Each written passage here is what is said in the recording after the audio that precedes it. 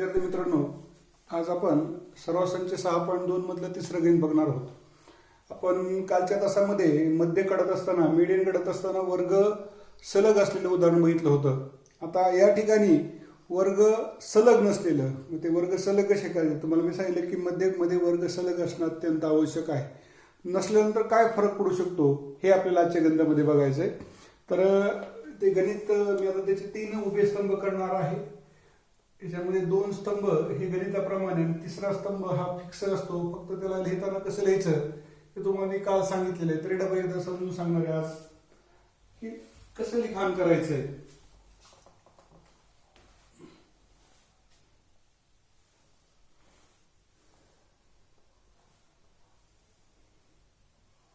बघा, पहिला तक्ता आहे. या ठिकाणी काय दिलं हे तिसरं गणित आहे, वाचून दाखवतो. मुंबई पुणे द्रुत गती मार्गाच्या वाहतुकीचे नियंत्रण करणाऱ्या पोलीस चौकीवर केलेल्या सर्वेक्षणात पुढील प्रमाणे निरीक्षण आढळले.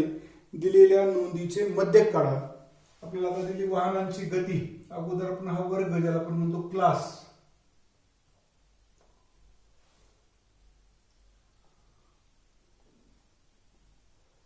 वाहनांची गती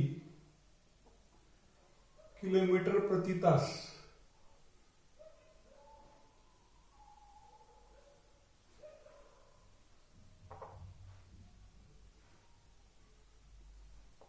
speed of vehicle kilometre per hour. हे आपलं वर्गामध्ये गणिताप्रमाणे हे बदल होणार आहे. वाहनांची त्या ठिकाणी गती काय असेल ते तुम्हाला आपल्याला तिथे दिला पहिला तक्ता. दुसरा तक्ता आहे आपण ज्याला फ्रिक्वेन्सी म्हणतो, वारंवारता.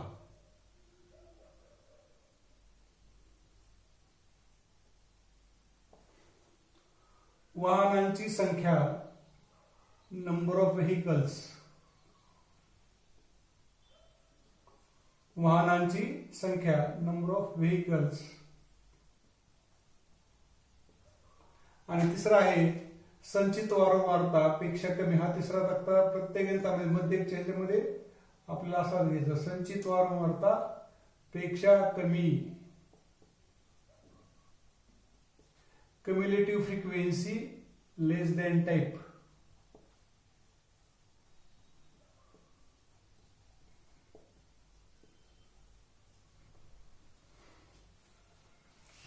आता आपल्याला दिले 60 ते 64, त्यानंतर 65 ते 69, 70 ते 74, 75 ते 79, 80 ते 84, 85 ते 89 आणि शेवटला टोटल एकूण. पहिली गोष्ट या गणितामध्ये आपण चालणी केली. गणित तुम्हाला का सांगितलं समजून, ह्याच्यामध्ये चालणी करण्याची का गरज आहे की वर्ग सलग असावेत. वर्ग काय असावेत? सलग असावेत. ते वर्ग सलग आहेत का या ठिकाणी? आपल्याला वर्ग सलग दिसून येत नाहीत. गॅप आहे बघा, 60 ते 64. 60 ते 64 हा जर वर्ग घेतला तर त्याची खालची मर्यादा लोअर लिमिट आहे 60 आणि वरची वर्ग मर्यादा अप्पर लिमिट किती आहे? 64. तर 65 ते 69 मध्ये 65 लोअर लिमिट आहे, 69 अप्पर लिमिट आहे. मग या ठिकाणी आपण हे वर्ग तुम्हाला काय केलं, मी घेतले वर्ग सलग नाहीत. आता वर्ग सलग नसल्यानंतर काय चूक होऊ शकते हे तुम्हाला मी उदाहरणामध्ये समजून. अगोदर आपण वर्ग सलग करून घेऊ. कसे वर्ग सलग करायचे? हे 64 आणि 65 मध्ये 1चा गॅप आहे, 69 70 मध्ये 1चा गॅप आहे, त्यानंतर 74 75 मध्ये 1चा गॅप आहे, 79 80 मध्ये 1चा गॅप आहे, 1चा फरक आहे. 1चे 2 भाग करा. 1चे 2 भाग केल्यानंतर अर्धा अर्धा. 1चे 2 भाग केल्यानंतर अर्धा अर्धा. मग 0.5, ज्याला अर्ध्याला आपण 0.5 म्हणतो. 0.5 0.5. मग काय करायचं, खालच्या वर्गमर्यादेमधून अर्धा वजा करायचा. मग हे कट करा. 60 मधून अर्धा वजा करा, 59.5 आणि वरच्या वर्गमर्यादेमध्ये अर्धा मिळवा. तसंच 65 हे कट करा. मग 65 मधून अर्धा वजा करा, 64.5. 69 मध्ये अर्धा मिळवा, 69.5. 70 मधून अर्धा वजा करा, 69.5. 74.5. 5, 74 मध्ये अर्धा मिळवायचा आहे. त्यानंतर 75 मधून अर्धा वजा करा, 74.5, 79.5. 80 मधून अर्धा वजा करा, 79.5, 84 मध्ये अर्धा मिळवा, 84.5. 85 मधून अर्धा वजा करा, 84.5, 89 मध्ये अर्धा मिळवा. आपण हे दिलेले वर्ग आणि आपण वर्ग काय केले, सलग केले. काही जण काय करतात, दिलेले वर्ग आणि सलग करून घेतलेले वर्ग, हे अशा पद्धतीने आपण त्या ठिकाणी लिखाण करत असतो.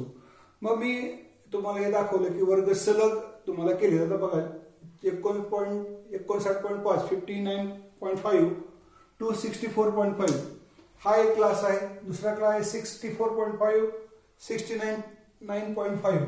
बघा ही जी अप्पर लिमिट, ह्याची लोअर लिमिट आहे. ह्या वर्गाची अप्पर लिमिट, समोरच्या पुढच्या वर्गाची लोअर लिमिट आहे. मग वर्ग कसे झाले, कंटिन्यू झाले, सलग झाले. आता आपल्याला मग पुढचं नंबर ऑफ व्हेकल्स, वाहनांची संख्या त्यांनी गणितामध्ये दिलेली आहे. वाहनांची संख्या काय आहे, वाहनांची संख्या अशी आहे 10, 34, 55, 85, 10 आणि 6. बेरीज करू आपण. बेरीज केल्यानंतर बघायचे 6, 0, 6, 6, 5, 11, 11, 16, 16, 20, 2, 2, 1, 3, 3, 3, 6, 6, 5, 11, 11, 8, 19, 20. यांची किंमत आपली 200. एन म्हणजेच तुम्हाला मी सांगितलं एन समेशन ऑफ एफ आहे. मग ह्याचा अर्थ आता आपल्याला पुढचा एक तक्ता तयार करत बसायचं आहे की संचित वारंवारतापेक्षा कमी. हा अंक दशांश ठेवा, इथली जी वारंवारता ती 10 दशांश ठेवा.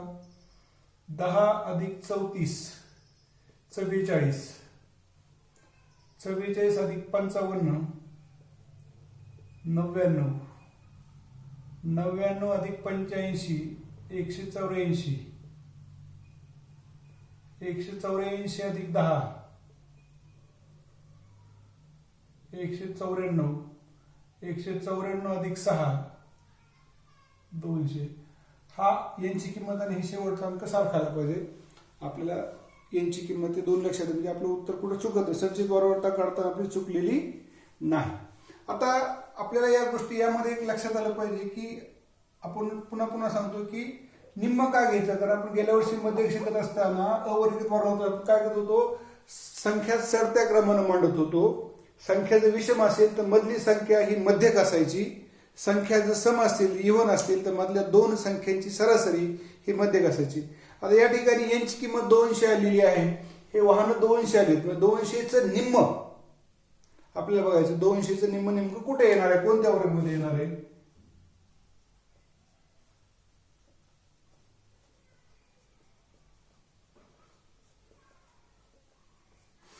200चं निम्म किती आलं, हाफ, 100 आलं.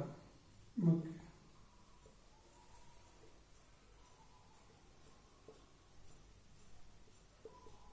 दिस कम्स इन क्लास, कुठल्या क्लासमध्ये बघू, दिस फ्रिक्वेन्सी.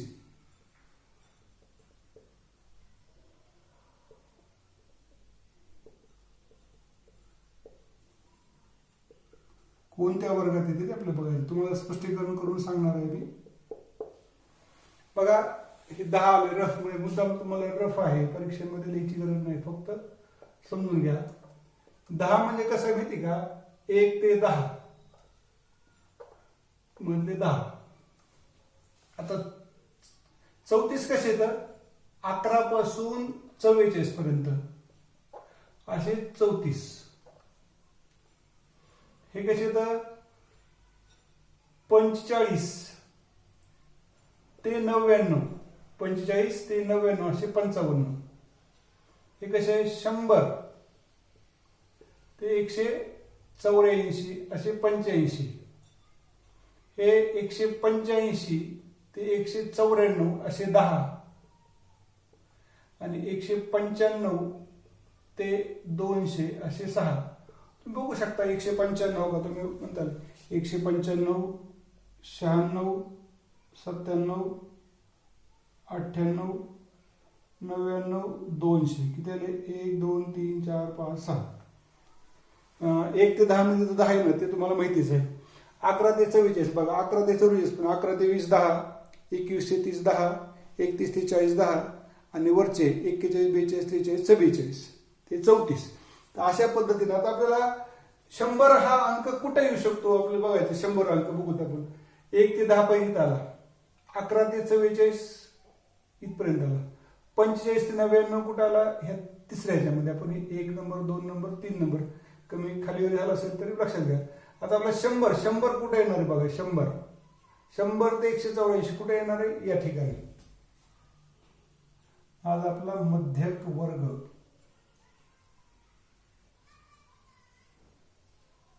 मिडियन क्लास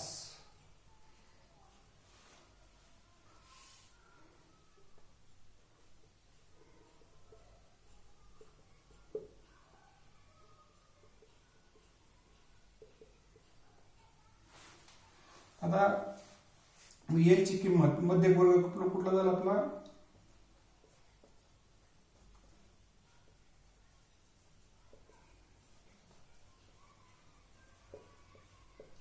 .74.5 ते 79.5 हा आपला मध्यक वर्ग झाला. आता किमतीत बघायच्यात आपल्याला एलची किंमत जो मध्यक वर्ग आहे त्याची लोअर लिमिट खालची मर्यादा 74.5. बघा बाळांनो, काय चुकलं असतं बघा, तुम्हाला मी सांगायचं की वर्ग जर सलग नसते केले तर काय चुकलं असतं. तुम्ही मध्यक वर्ग कुठला घेतला असता, 75 ते 79. मध्यक वर्ग कुठला घेतला असता, 75 ते 79. मग एलची किंमत तुमची किती आली असती, 75. ही एक पहिली चूक झाली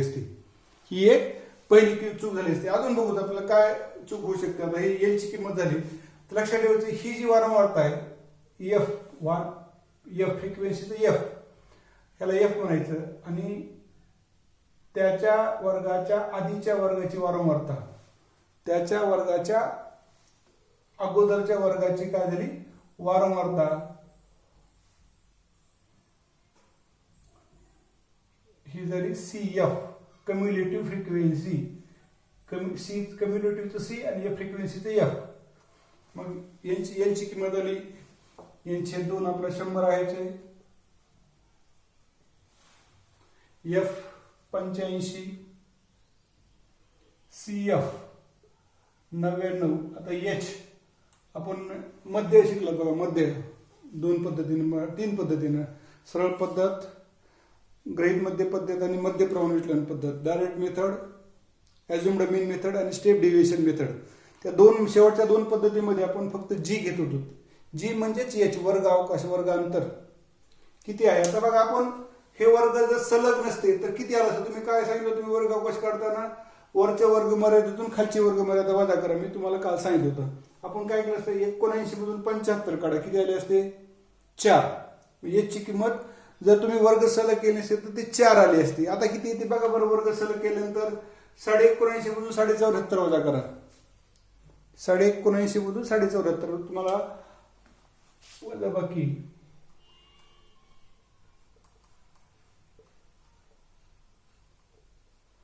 5.0 म्हणजे किती आली असती, एच बरोबर.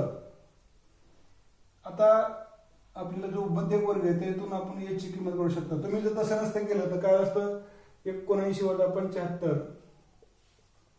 म्हणजे वर्ग जर सलग केले नसते तर काय झालं असतं, एक तर एलची किंमत मध्यक वर्ग चुकला असता. ते मध्यक वर्ग समजा चुकला नसता तर त्यात सगळ्यात महत्वाची चूक कुठे झाली असती, एल आणि एचच्या किमतीमध्ये झाली असती. मग त्यामुळं वर्ग सलग करणं आपल्याला आवश्यक आहे. वर्ग सलग का करायचे हे मी तुम्हाला या ठिकाणी सांगितलेले. काय चुका होऊ शकतात, एलची आणि एचची किंमत त्या ठिकाणी आपली चुकू शकते. मग आपल्याला सूत्र मांडायचंय, सूत्र मांडून ते गणित आपल्याला काय करायचंय, वर्कआउट करायचंय, काढायचे किमती किती येतात ते बघायचं. सूत्र मांडायचं आपल्याला,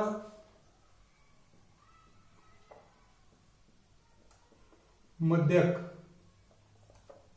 मीडियन बरोबर एल अधिक कंसामध्ये यांचे 2 वजा सी एफ छेदस्थानी एफ इंटू गुणिले एच.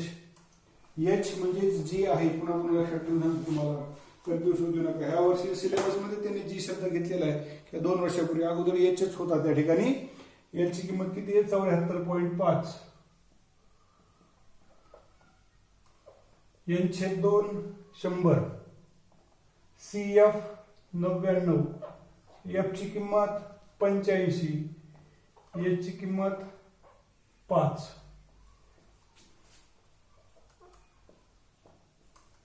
.5 बघत आपल्याला पुढे गरज पडली तर 5 50 होतं. 100 वजा 99 किती आले?